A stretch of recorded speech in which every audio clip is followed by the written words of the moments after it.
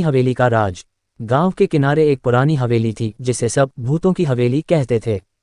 गांव वाले दावा करते थे कि रात को वहां से अजीब अजीब आवाजें आती हैं। लेकिन रमेश, जो गांव का सबसे निडर लड़का था, इन बातों पर विश्वास नहीं करता था। एक रात उसने तय किया कि वह हवेली की सच्चाई जानकर रहेगा। टॉर्च और लाठी लेकर वह हवेली पहुंच गया। अंदर कदम रखते ही अजीब सन्नाटा और ठंडक महसूस हुई। दीवारों पर मकड़ियों के जाले और टूटी खिड़कियों से छनकर आती चांदनी ने माहौल को और डरावना बना दिया। अचानक एक दरवाजा जोर से बंद हुआ। रमेश का दिल तेजी से धड़कने लगा, लेकिन उसने हिम्मत नहीं हारी। जैसे ही वह ऊपर की ओर बढ़ा, उसे किसी के हंसने की आवाज़ सुनाई दी। वह धीरे धीरे उस कमरे की ओर बढ़ा जहां से आवाज़ आ रही थी। दरवाजा खोलते ही उसने देखा कि वहां एक बूढ़ा आदमी बैठा हुआ था जो अपनी बकरी के साथ था। रमेश ने डरते हुए पूछा, आप कौन हैं और यहाँ क्या कर रहे हैं? बूढ़े ने हंसते हुए बताया, मैं इस हवेली का चौकीदार हूँ।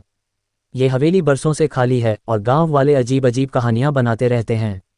मैं रात में यहाँ बकरी के साथ रहता हूँ ताकि इसे कोई नुकसान न पहुँचे। रमेश ने राहत की सांस ली और बूढ़े के साथ बैठकर पूरी सच्चाई सुनी। अगली सुबह रमेश ने गांव वालों को सच्चाई बताई। गांव वाले हैरान हुए और अब वे हवेली से डरने के बजाय वहां आना जाना शुरू कर दिए। इस तरह रमेश की हिम्मत ने पुरानी हवेली के डर को हमेशा के लिए खत्म कर दिया।